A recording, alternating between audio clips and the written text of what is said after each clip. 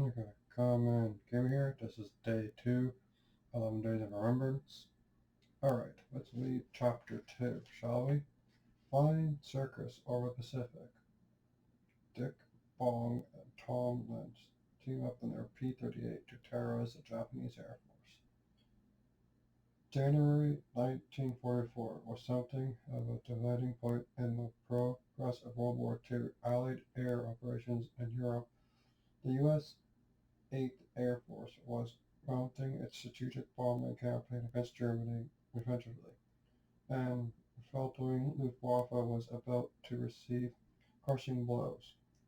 This would hasten its decline throughout the spring and summer. Similarly, the Japanese encouragement in the Southwest Pacific was being rolled back in New Guinea. Sador, the first base west of the Huron Gulf to fall, was invaded in January. By the end of April, the last major Japanese base, Hurado, had fallen, clearing the northern New Guinea coast below the Volga Peninsula. The fighters' battle that spread this progress in the air war produced some extraordinary comradeship between individual pilots. Earlier in the war, there was the unlikely pairing of the Royal Air Force Irish fighter ace Braden Paddy against the Australian Keith Birdie Truscott. Later, over Europe, Americans Don Gertler and John Jersey achieved remarkable records in their North American P-51 Mustangs during March and April 1944. Among the pilots who flew together the Pacific at last two, symbolizing growing Allied strength in the air. One of these was Dick Bong, an incredible youngster who would really become top-ranking American fighter ace of all time. There was Tom Lynch, also a popular young pilot who displayed great potential and leadership in the air. He had commissioned the 39th Fighter Squadron in mid-1943 and seen it emerge as top-scoring outfit in the entire 5th Air Force. Bong initially would emerge as a local icon. Everyone from bomber commander to PT boat crewman claimed that could pick out his lucky P-38 flying over there would be cheering by the myth of his incredible. One bomber commander claimed that other P-38s would tend to disappear at actual contact with the Japanese over the hot target of New Britain, but then Bong was at Iran and distant P-38 darting in out of the formations under attack. Lynch and Bong were much alike in their devotion to combat missions. Both men had been assembled in the 39th Fighter Squadron when it began over the twin-engine P-38 fighter over eastern New Guinea. Lynch already had claimed 3 Japanese aircraft shot down while flying the Bell P-39 Aerobatic, and he became an ace on December 27, 1942, during the first designated P-38 mission in the theater. Bong scored his first kill during the same mission, and he became an ace by January 8, 1943. One major difference between the two men: Bong's engineer approach to problem solving, while Bong was naturally excellent pilot. The insane ability to master the art of Lynch focused on tactical matters of airmanship, which Bong flew on Lynch's formation.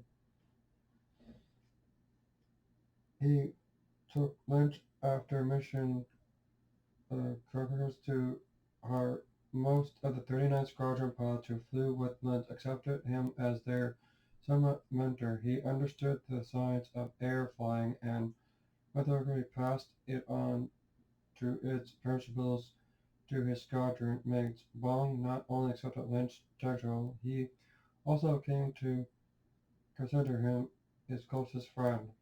Lynch ended his first combat tour and handed over command over of the 39th Fighter Squadron to Captain Charles King, another ace and respected leader of the unit. Late in September 1943, he had been a rigid 16 months for Lynch. Japanese bullets had planned to exit his P-38 over the sea, and he broke his arm while bailing out. The P-38 had exploded when he hit the water.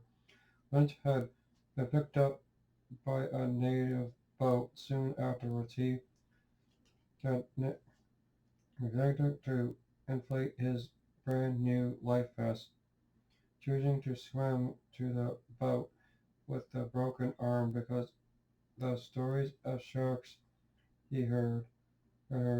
Other factors such as boats were doing favor and the natural wearing bone of his natural energy of running operations, dedicated a rest and Leach home by the beginning of October. He was held in his hometown of Kashgar as one of the top aces of the day and 16 credited kills. He shared the honor with Bong. Captain George Wells also flew in New Guinea, claimed 4 victories during the Pearl Harbor attack. By now, Lynch was 26 years old and a major in the U.S. Army Air Force. He capped his moment of glory by marrying his Jackson Hole College sweetheart, Rosemary Fillon, on October 23, 1943. They became engaged before Lynch left the University of Pittsburgh to go to war, and he was returning a hero to rejoin his sweetheart in the most romantic tradition. The newlyweds split until Lynch's personal leave ended on November 15th. He went back to Washington for assignment prior to his return to the Pacific. Apparently the same time, Baum returned a hero to his hometown of Poplar, Wisconsin. Lynch was arguing professionally his second tour in combat area. Baum arrived home just in time for deer hunting season. During the winter leave, both Bong and Lynch were permanently permitted by the Army to express their views to the press. Even viewed the viral potential censorship by the wartime military can get some idea of genuine feelings of these two federations. Lynch was noted before was a technician. He lived but barely and the laws of average flying to him matter of eliminating access and taking off control over the aircraft and flight, essentially destroying him with superior firepower when he was ordered. If he saw a zero in the rearview mirror, Lynch were that too late for any capable enemy to fly that close. Fear and combat were sometimes that Lynch a minute he would be able to discern the fear on edge as a blissful pilot. Other aces in battle deadly protection in his judgment. Two of his earliest kills were performed by Australian patrol. Lynch said he had seen them going down. Part of Lynch's confidence in combat was evidenced by the P-38 performance. The P-38 is some ship, no feeling, he said. The Zeros might have outmaneuvered us, but we had the speed, the firepower, the production. We went to town. Dick Bond was back in West Constant because of a promise by 5th Air Force Commander General George Kenzie to send him home on leave when he got more than 20 kills. To his credit, luckily the ex-urban youth, he was born in his 20th and 21st kill in time to return for deer hunting. His home was, he was Lynch was there December, of course. He was announced as a top U.S. Army fighter. Ace. He was put on the press for his operations. He operated the views by Lynch P-38 airplane. The Japanese pilot started decrying, but the Lynch were formidable. It was not until he had overtaken the Pacific, but upon enter to join the USAF and later, dated April 10th, 1944, he, in his voice, he may have gotten command of any airplane, no matter how thin. Master, by the first week of 1944, Lynch was back in the Pacific, and Bond followed. What a few more weeks. Now the operation officer for V Fighting Command, and Bond assigned to his office. Captain Richard Bond flight record from Form 2 as Form 5. Thus his combat returned to New Guinea as a 1.5 hour flight to Numba, about midway across Desert Island Lake. The probably first of Bond and Lynch two plane missions and riding home. Both pilots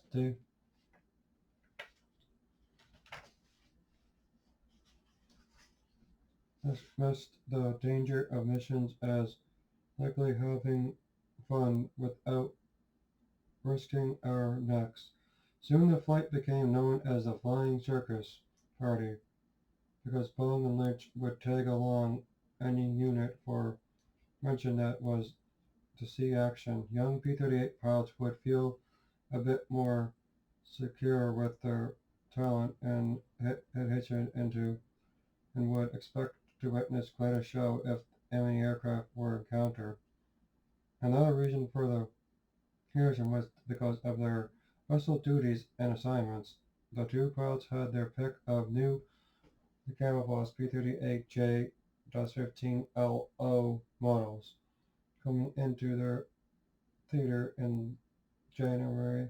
Late in January, Bond selected the 1J-15 show number 42103-993 and painted discard red nose and tail markings on it. He had met the future wife, Marge Vittel, during his leave and was to surrender with her later in a photo on her show.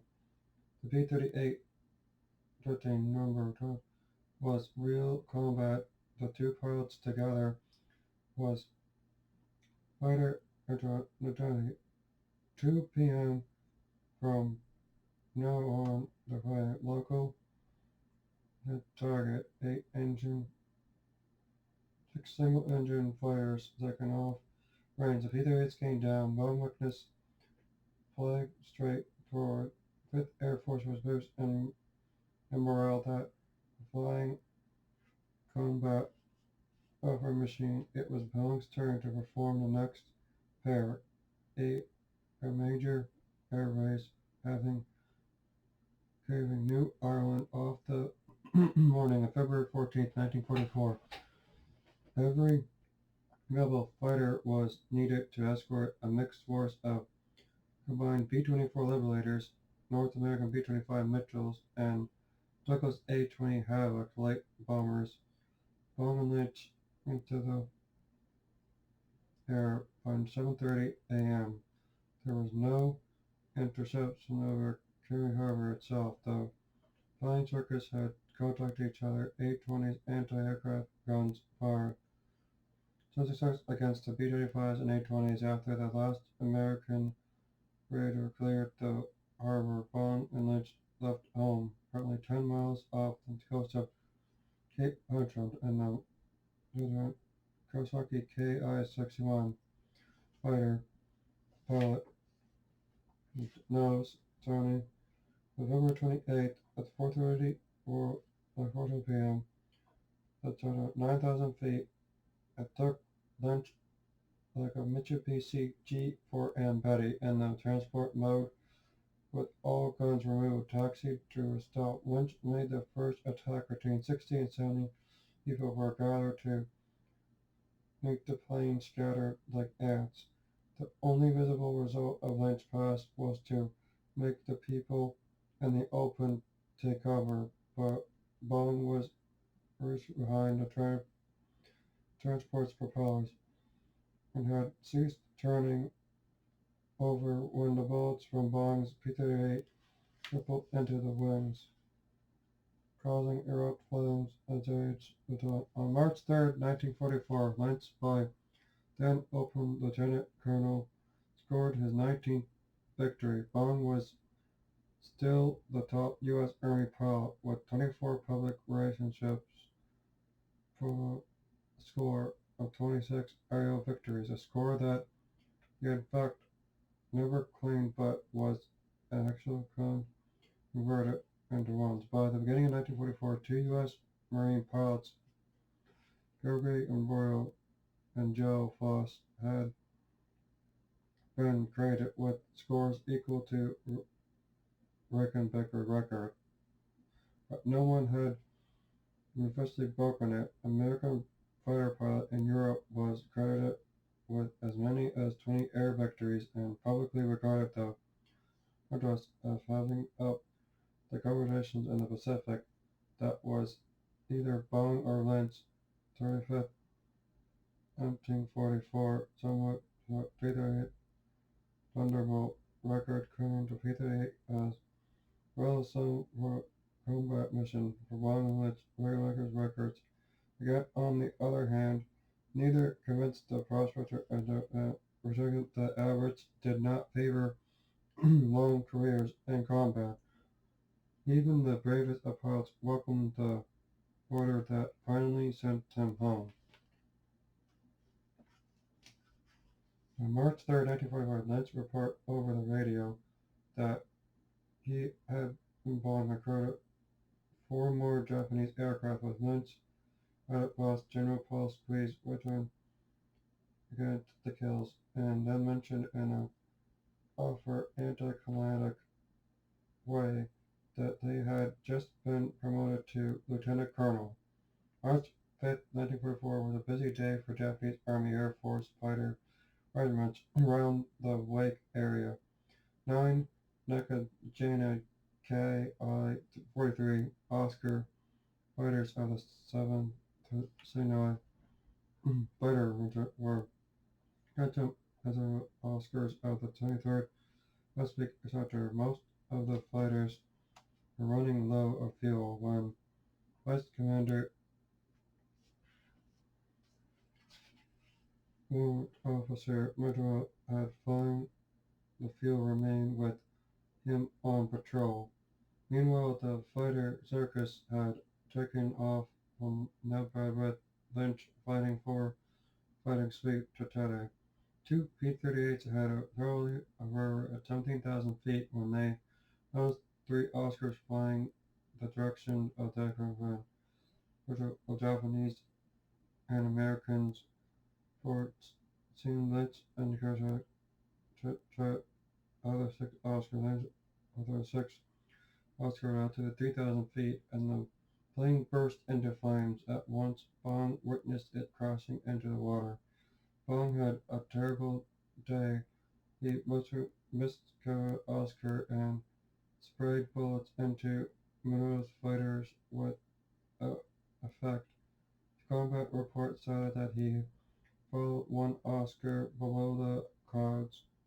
Lynch then see him fire to the enemy counts Oscar. Oscar then a Japanese Minotaur fighter. Unfortunately, Bond's gun's camera did not function, so the most he could claim was a probable Oscar shutdown.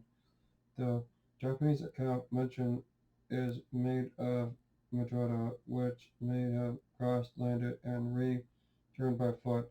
However the case, the two Americans slightly six more Oscars heading their way, decided to break off in the terrible tense flight of P-47s. Two of the P-47s were claimed shot down, and one Oscar reported the heavy damage, not mention of its return. The American flight from 338th Fighter Group claimed three bombers and four shot down for the loss of one P-47 and its pilot. Colonel K. Kirby news of the death. Colonel did nothing less than concerns the combat for Bong and Lynch. Both men respected Kirby's reputation and interpreted his loss as a reminder of their own morality. Although Bong had written home in February that he and Leach were shooting down Japanese without taking out their necks, that bit of bravo for the home folks were in evidence now. The sky was covered during the sweep to Tahiti. March 8, 1944, Bong and Leach had taken off the job at 10:35 in the morning, and there was over the target area of the harbor. Later, that was not missing the airborne, and it seemed that the mission would be strictly routine. However, a few miles into the north in the harbor, three fishing lugers and three barges were visible. Perhaps could be the Provots after all. Both P-38s went into a dive and pulled out just for the water. They selected the same lugger and both P-38s boarded in the Welsh propellers carved the water. They together then traded all eight 50 caliber machine guns and two 20-millimeter cannons in a David fashion rotated by the flash. They looked back to see smoke drifting off from the lugger. Lynch quickly circled for a pass with Bong some distance behind. As well Bong could fight action, Lynch went for a second pass over water. His P-38 had hit small arms fire. Those were the shells were seen, and he pulled up, climbing up to 2,500 feet. The right engine was on fire, and pieces of the P-38 were drifting back into the slipstream as it was the fuselage was disintegrating. Lynch was now flying instead was nearly a mile from the shore when he called Bong on the radio. Bong warned Lynch that his right engine was on fire and that he should bail out. The doomed P-38 was searching clearly through the jungle in flames, pouring his right side and Lynch 200 feet off the ground, sitting down. Lynch tumbled out of the cockpit just as the P-38 exploded for home. His parachute began to open, just plummeted into the green sea of the jungle. Stunned, Bong received enough to circle the place of forest where his friend had vanished. It was hopeless search that Bong would recount in only the briefest and most dubious terms. His own P-38 was shot out so badly that he had to further the right engine near the base of Graf. He then picked up to Nesco. No gun positions had been seen on the boats during their first pass, signaling that at least one of the vessels was covered flagship with ground anti-aircraft guns. According to the mission report, Leach was flying a new P-38J West 15 jet number 42-14404. On the last flight, his own airplane must have been undergoing maintenance because the usual P-38 so number 4248 was listed in U.S. Air Force lost logs as being written off the next day, March 1944. Bong's own plane 42 was lost in an unusual manner later in March with another pilot at the controls. Captain Tom Malone of the 41st Night Fighter Squadron took off from Nagab in Bong's P-38 on brother mission on March 21st. Somewhere along the way, Malone was forced to bail out and walk back home. Bong was not using the P-38 during this period. His flight record lists his duty as chief non-combat co-pilot of a T-5, which shows that he was intended to Bong be gradually removed from the combat area. The loss of Kirby and Lynch was enough of a blow to morale. The death of Dick Bong in combat at this point would have been devastating. It was probably Bong himself who talked his way back into action shortly afterwards. He was close enough to breaking the 26 kill record. He may have argued to justify taking risk. He may have wanted to erase the morale damage done by sudden dismissive flying circus. By April 1st, Bong had returned to action without the able comradeship of Tom Lynch. He was left the option of joining for missions likely to engage Japanese aircraft in early April. He meant to fly either the 475 Group or the 80th Fighter Squadron, the only 5th Air Force combat operations attended the T-38 at that time. The T-38 that Bong regularly flew now was J-15 serial number 42-148 with red spinners, wingtips, and tail tips. On the mission, he made an inspection within World and 80th Fighter Squadron P-38 to fly a routine operation. 2 days later, went along the 42nd Fighter Squadron. On April 12th, Bong managed to get 2 more Oscars, another probable to break records, record. One of the pilots in the flight to which Bong attacked himself with the record breaking. In the Bong on P-38 Let's finish that day. At this time, there was no argument that Bong was sent home to be hailed as the top-ranking American ace of the war. In the public acclaim was he deserved. Bong was pleased to meet other aircraft fighter pilots from the European theater on war-bound drives. He was introduced to Don Gentle, the highest scoring North American P-1 Mustang ace at that time, who had been treated by the 8th Air Force as the first pilot to suppress Rickenbacker's record. Bong was introduced to Bob Johnson, who was also being called the first ace pilot to be credited for more than 26 victories in air combat. Turned out to what goes by early 1944, somewhat of total 21.84. John had originally credited 27.